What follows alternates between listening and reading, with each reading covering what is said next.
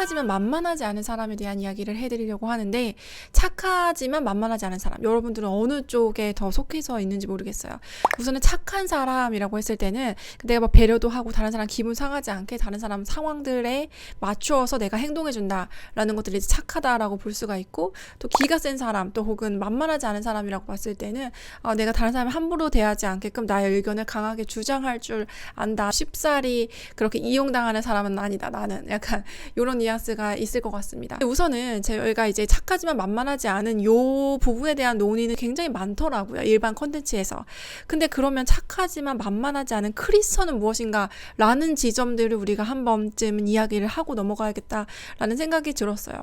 우선은 우리가 이런 부분들에 있어서 우리의 어떻게 보면 삶의 방식이죠. 그리고 우리가 어떻게 이제 인간관계를 할 것인가에 대한 가치관을 정립하는 데 있어서 굉장히 중요한 부분이라는 생각이 들거든요. 왜냐면 아까도 얼핏 언급을 했지만 착하기만 하면 사람들이 이제 이용하기 쉽고 저 사람 순진하네 하면서 계속 이렇게 호구당하기 쉬운 부분들이 있는 거예요. 근데 착하게 하는 것이 하나님의 뜻이라고 생각을 했어요. 그래서 이렇게 계속 이렇게 배려해주고 이해해주고 내 시간도 에너지도 쓰고 돈도 쓰고 에너지를 썼는데 그 사람한테 돌아오는 건 나를 향한 존중이 아니라 막 무시랄지 아니면 그냥 쉽사리 그냥 본인의 감정에 휘둘려가지고 나는 것들을 얻기 위해서 이 사람을 사용한다든지 이렇게 했을 때 이제 아무리 이제 착하게 한다 해도 어느 순간 이제 소위 말해서 약간 빡치기 시작을 하는 거죠.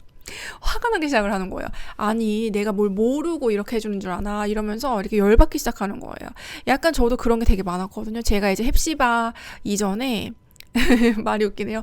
헵시바 전에 이제 저의 어떤 본명으로 살아가는 시절에는 제 본명의 뜻이 이제 좋은 사람이란 뜻이었어요. 그래서 내가 이제 좋은 사람 하다가 와 내가 이렇게도 하고 이렇게도 했는데 또 막 교회 언니냐 막 교회 막 이렇게 뭐 이런 거 하고 막 이렇게 하니까 사람들에 대한 기대치가 나에 대한 기대치가 정말 하늘을 쏟는 거예요.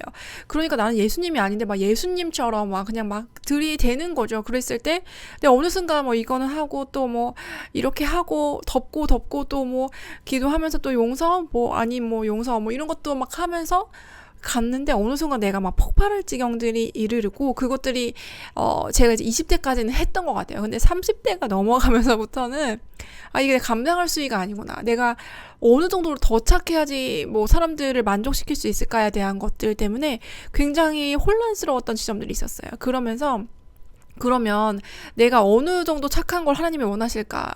근데 당연히 내가 주입받기로는 그리고 내 이름도 그런 거야. 그러니까 내가 착해야 돼 이런 것들이 주입받았지만 하나님이 원하시는 것은 그게 아닐 수 있겠다. 내가 윤리적으로 어떻게 보면 형식적으로 그리고 한편으로는 약간은 뭐 유교적 불교적으로 내가 착하다는 것들을 내가 선하다는 것들을 내가 썼구나라는 지점들을 어찌저찌 발견하게 해주신 것 같아요. 그러면서 제가 착한 아이를 내려놓게 되는 그런 어떤 정말 엄청난 역사들이 일어나게 된 것 같아요. 근데 이제 만만하지 않는 크리스찬이 돼야겠다. 그럼 이렇게 생각을 또 이렇게 할 수 있는 거예요. 근데 만만하지 않으려고 보니까 자꾸만 이렇게 각을 세우게 되는 거죠. 막 조금만 나를 건드려도 그냥 화르르 막 이렇게 표현하고 이것도 당연히 하나님 원하시는 건 아닐 텐데 하나님 안에서 그런 방향은 정말 당연히 아니라는 생각이 드는데 그럼 여기서 내가 어떻게 균형을 맞춰야 되나라는 생각이 드는 거예요. 근데 제가 이제 하나님이 왜 내가 마냥 착한 것만을 바라시지 않을까에 대한 것을 묵상을 하면서 어떤 생각이 들었냐면 기본적으로 하나님이 나도 사랑하신다는 거죠. 근데 내가 나를 이기적으로 나만을 위해서 살라는 것은 분명히 아니지만 그치만 첫째로는 하나님은 나를 챙기시는 분이다 라는 것들을 내가 발견하게 되면서부터 변화가 시작을 했던 것 같아요. 그래서 하나님이 보시는 거는 착하다 안 착하다가 아니라 이거는 굉장히 불교적인 내용일 수 있는 거예요. 이렇게 내 마음을 계속 다스려가지고 다른 사람한테 잘 대해주는 것이 첫 번째 목적이 아니라 하나님의 첫 번째 목적은 나도 하나님의 자녀이기 때문에 우선은 자녀가 건강한 걸 하나님이 첫째로 원하신다. 자녀가 착한 것보다. 이게요, 불교와 기독교가 다른 거예요. 불교는 이제 자녀의 관계가 아니라 그저 뭐 어떤 수행을 하는 것이기 때문에 착한 게 더 강조될 수밖에 없어요. 근데 우리 기독교에서는 우리가 기본적으로 하나님의 자녀라는 컨셉에서 시작을 하기 때문에 내가 하나님의 자녀로서 내가 건강한 것도 하나님한테 굉장히 중요한 문제라는 거죠. 저는 항상 분별을 할 때 어떻게 분별을 하냐면 그러니까 하나님은 선하신 분이긴 하잖아요. 그러니까 우리가 그 선하심을 따라가야 되는데 하나님도 우리가 잘 따져보면 마냥 선하시기만 한 건 아니에요. 그게 뭐냐면 기독교에서는 기준이라는 게 있는 거예요. 그러니까 무조건적인 선함도 하나님이 분명히 있으시지만 하나님의 공의 가운데 아닌 건 아니야. 이거는 안 돼. 라고 하나님이 우리를 훈육시키시는 부분들이 있어요. 그러니까 이게 우리를 그냥 우리의 존재를 다 망가뜨릴 정도로 막 이단에서 막 신천지에서 뭐 전도 영업 이 정도 해야지 너는 하나님한테 수용받을 수 있는 존재야 라는 것은 당연히 아니지만 하나님의 자녀로서 자녀이기 때문에 징계하시는 부분이 있다는 거예요. 왜냐하면 이렇게 좀 어느 정도 성숙도를 갖춘 하나님의 자녀다운 모습을 그래서 드러나게 하기 위해서 공주다운 행동을 하지 않아도 하나님 나라의 공주죠. 그치만 이 공주인 것과 어울리는 모습을 갖춰야 하는 거예요.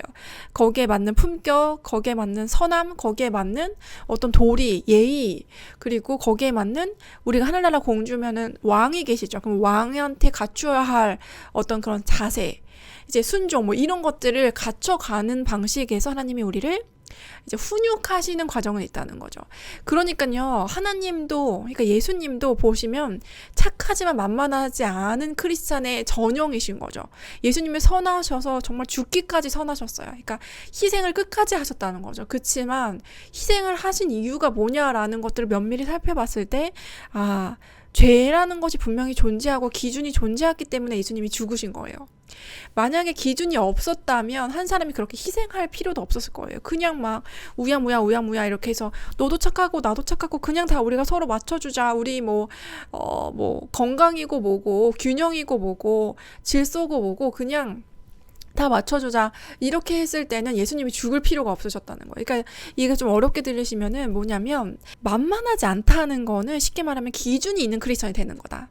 우리가 선하는 걸 추구해야 되는 건 당연히 맞아요. 또 어떤 크리스천 분들은 이제 선한 것을 너무 추구하지 않는 방향으로만 가는 크리스천도 요새 많은 것 같거든요. 근데 선한 것을 가는 건 당연히 맞죠. 근데 이 선한 것을 어떤 기준 없이 선해서는 안 된다는 거예요. 뭐 동성애도 옳다, 낙태도 옳다, 너 하나님한테 그냥 그냥 갈 때까지 가도 좋다, 선을 넘어도 좋다, 인간적이지 않아도 좋다. 그냥 하나님 다 받아주신다. 하나님 우리를 그렇게 키우시지는 않는다는 거죠.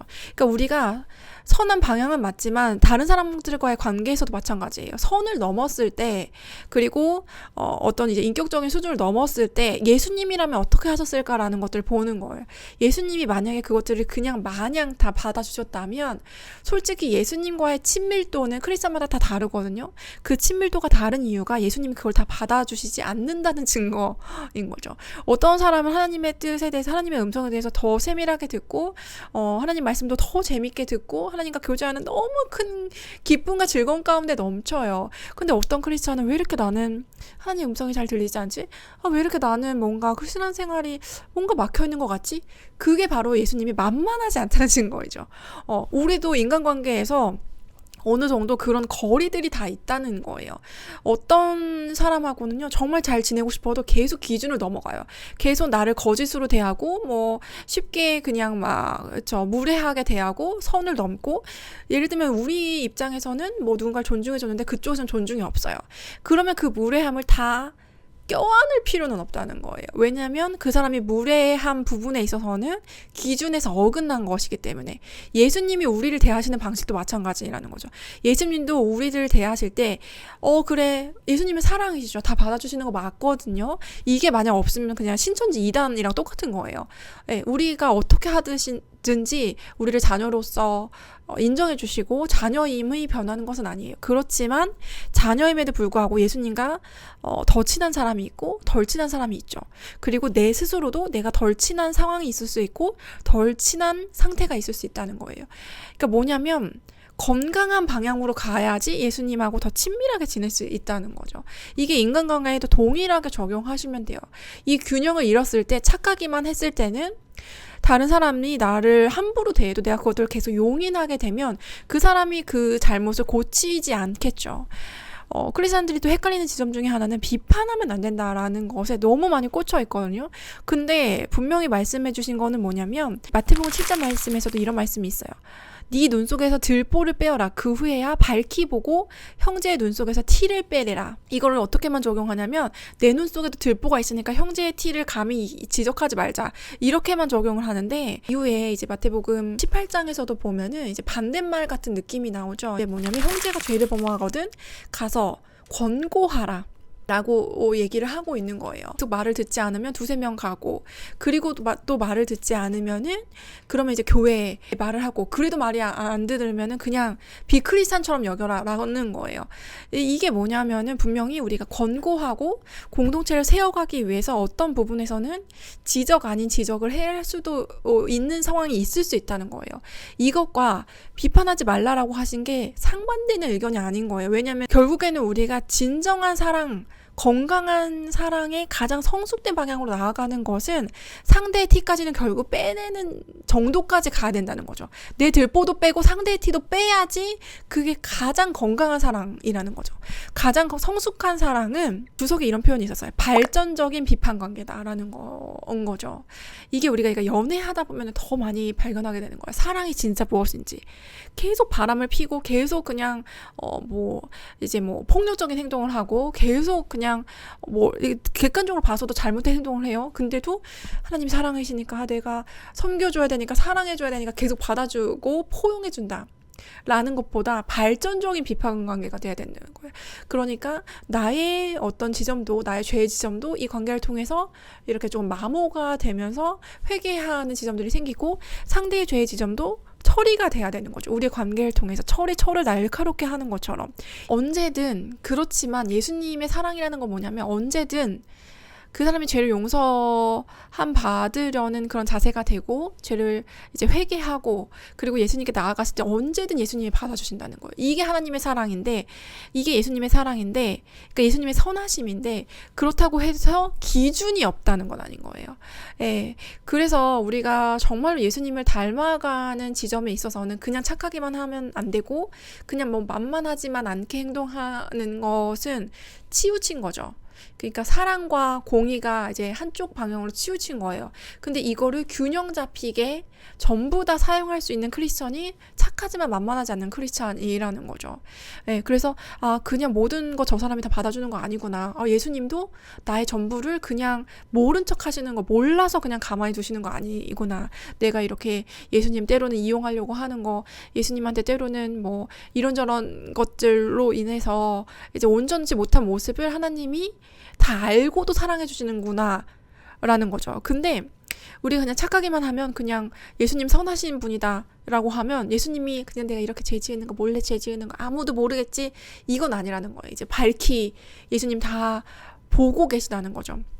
이 7장 말씀에서도 보면은 네 눈 속에서 들보를 빼면은 그 후에야 밝히 본다라고 되어 있어요. 그러니까 우리가 첫 번째는 하나님 안에서 우리 스스로의 죄성을 계속 마주대야 하면서 내 죄성을 계속 빼는 연습을 해야 그 다음에 비로소 밝히 볼 수 있다는 거예요. 그래야지 중심이 잡히고 기준이 명확하게 보여서 그때 비로소 다른 사람들한테 발전적인 비판 관계로, 발전적으로 권고할 수 있는 사람으로 성장할 수 있다는 거예요. 이게 바로 착하지만 만만하지 않는 지점까지 성숙하는 크리스찬의 건강한 방향성이라고 저는 생각을 하거든요. 건강한 게 사랑과 공의의 균형을 잘 잡힌 가운데서 이건 아닌 건 아니에요. 그리고 이거는 이 지점들 가운데서는 그래도 받아줄 수 있는 건 또 받아주고, 이렇게 굉장히 조금 섬세한 작업들을 할 수 있는 수준으로 올라가는 거죠. 그게 바로 건강한 크리스찬의 방향이다. 우리가 그 지점들을 훈련해 가면 좋을 것 같다는 생각이 들어요. 그래서 나도 지키고, 나도 건강하게 지키고, 그리고 상대방도 건강하게 성장할 수 있게 도와주는 사랑이에요. 그래서 그게 바로 착한데 이제 만만하지 않는 사람, 착한데 기가 센 사람, 착한데 그래도 기준이 있는 사람 인 거죠. 그리고 착한데 기준이 있기 때문에, 그리고 그 기준이 이 상대한테도 유익하다는 확신이 있기 때문에 상대한테도 그 기준을 건강하게 권면할 수 있는 그런 사람이 된다는 거죠. 이제 얼마 후에 약간 토론회 같은 걸 한번 개최하려고 해요. 왜 2030들이 교회 떠나는가? 2030, 뭐 40일 수도 있고. 그러니까 청년들이 교회 많이 떠나는 부분들, 코로나 이후에 뭐 청년들뿐만 아니라 이제 뭐 가난한 성도들도 많아지고 이런 부분들이 있었는데, 그런 부분들을 우리가 건설적으로 한번 비판해보자. 그래서 이것들이 그냥 비판을 위한 비판이 아니라 우리 성도들 안에도 다 성령이 계시잖아요. 그러니까 우리가 이제 기독적으로 보면 만인 제사장이란 말이죠. 그러니까 우리 성도들도 다 성령님 안에서 하는 생각들이 있고, 그 생각들이 함께 모였을 때 건강한 생각들이 이루어질 수 있다고 생각을 해요. 그래서 그냥 뭐 제 채널에서 조금이나마 우리가 긍정적인 방향으로 어떻게 하면은 우리 교회가 더 성장할 수 있을까를 함께 고민해보면 좋겠다. 부정적인 얘기가 나올 수도 있지만 그 지점들을 넘어서서 우리가 이 부정적인 얘기를 하는 이유 자체도 교회를 사랑하기 때문에, 그 교회가 잘 세워지길 바라기 때문에, 그리고 2030, 40이 어떻게 보면 우리 한국교회 미래잖아요. 그러면은 우리가 미래의 교회를 어떻게 하면 더 성숙되는 방향으로 세워갈 수 있을까에 대한 고민을 함께 나눠보는 장이 되었으면 좋겠다는 생각이 들어요. 그래서 제가 공지를 남겨드릴게요. 그래서 실시간을 통해서 여러분들이 이제 교회에 대해서 아쉬웠던 부분들, 이런 것들을 건강하게, 마지막은 항상 사랑인 거죠. 그래서 건강한 논의들이 좀 세워졌으면 좋겠다. 작게나마 이런 소망이 있습니다. 네, 그래서 조만간 또 이렇게 실시간으로 찾아뵐 수 있었으면 좋겠고요. 네, 다음 시간에 만나 뵙도록 할게요. 심리학하는 교회 언니 헵시바.